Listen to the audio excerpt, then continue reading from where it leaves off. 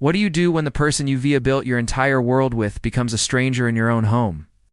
For me, it started with a sound I hadn't heard in 8 years of marriage: the click of the bathroom door lock. It was a small thing, a tiny, insignificant piece of metal sliding into place, but it was a wall being built between us, brick by invisible brick. I stood in the hallway of our Chicago brownstone, the one we'd poured our savings and our souls into, and stared at the polished brass knob. Behind that door, my wife Sarah was texting, the faint blue glow of her phone screen illuminating the crack underneath. I knew it wasn't a message to her sister or a late-night work email. It was a secret, and that tiny click was the sound of my life starting to unravel. If you genuinely enjoy our stories, please subscribe to the channel, tell us where you're from, and what time it is right now. It's always fascinating to know how far our story flows. The lock was just the beginning. Soon her phone was permanently glued to her hand, angled away from me with a casualness that felt rehearsed. There were late nights at the office in the West Loop, a part of town her marketing firm never operated in. I'd call her, and the background noise wasn't the familiar hum of her workplace. It was the clinking of glasses, faint music, the low murmur of a restaurant. When I asked, her answers were vague, coated in a layer of annoyance, as if I were a paranoid child. Just grabbing a bite with the team, Mark. God, can you let me breathe? I was the one suffocating. I'd find receipts from expensive restaurants on Rush Street, places we hadn't been to together in years, crumpled at the bottom of her purse, charged for 2 nights at the Langham, a luxury hotel overlooking the Chicago River. When I confronted her, she laughed it off. It was a work conference, honey. You know how these things are. I didn't, but I knew the look in her eyes, a cold, dismissive flicker that told me I was an idiot for even asking. The humiliation was a physical weight. I'd see her friends, our friends, at the grocery store, and their smiles seemed tinged with pity. Did they know? Was I the last one to find out? The woman I loved, the one who used to trace patterns on my back until I fell asleep, was now a manipulative stranger who made me feel small and foolish in my own home. She and her lover, whoever he was, felt untouchable, wrapped in a bubble of arrogance and deceit, while I was left gasping for air on the outside. The breaking point came on a Tuesday. I came home early, hoping to surprise her, maybe cook that dinner we kept postponing. I found her in the living room on the phone, her back to me. Her voice was different, soft, breathy, a voice I hadn't heard directed at me in a long, long time. I miss you too, she whispered. No, he has no idea. He's sweet, but he's just so predictable. Predictable. The word hit me like a punch to the gut. I stumbled back, knocking over a lamp. She spun around, her face a mask of panic that quickly hardened into anger. What are you doing home? She snapped, ending the call.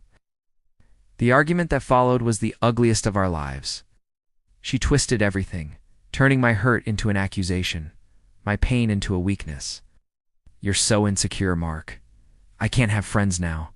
By the end, I was a wreck, apologizing for something I didn't even do, just to stop the torrent of her cold, calculated rage. That night, as she slept soundly beside me, I lay awake staring at the ceiling, a broken man. The love was gone, replaced by a chilling clarity. The man she called predictable was about to become the most unpredictable force she had ever encountered. My grief hardened into a cold, sharp resolve. The next morning, I wasn't a husband anymore. I was a strategist. I bought a voice-activated recorder, a tiny device I slipped under the passenger seat of her car. I installed recovery software on our home computer, digging through deleted files. And there it was, a whole world of betrayal. Emails, texts, photos. His name was David, a smug, wealthy real estate developer she'd met at a gallery opening. They'd been seeing each other for 6 months. The hotel stays, the dinners, the trips to a private little cabin in Lake Geneva, Wisconsin, it was all there, documented in sickening detail. I read their messages, my hands shaking, not with sadness, but with a slow-burning fury. They mocked me. My job, my habits, my love for her. He's so earnest, one of her texts read. It's almost cute, like a golden retriever. I saved everything.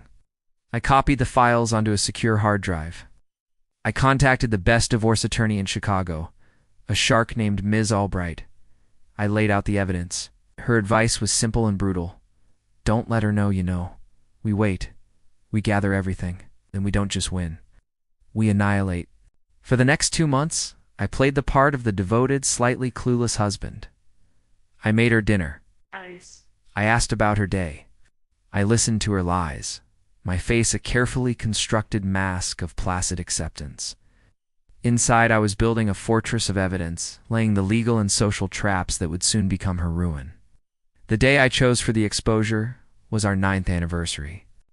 Sarah, ever the performer, had arranged a lavish party at a chic rooftop bar in River North, inviting all our friends, family, and her work colleagues. It was her stage, and she was the star. She wore a stunning red dress, laughing and holding my hand, the picture of a happy, successful wife. David was there, of course, introduced as a new client. He shook my hand, a smug, condescending smile on his face. "You're a lucky man, Mark," he said, his eyes lingering on Sarah a second too long. I just smiled back. "I know," I said. "I truly am." Halfway through the party, as Sarah was giving a toast to 8 wonderful years and a lifetime to go, the large screens behind her, which had been displaying a slideshow of our life together, flickered. Then they came to life. It wasn't our wedding photos. It was her emails to David. The screen changed. It was a transcript of their phone calls from the voice recorder, the audio playing over the bar's speakers. Da-da-da-da-da-da-da. He's just so predictable. The screen changed again. A photo of them kissing on a hotel balcony, the Chicago skyline behind them.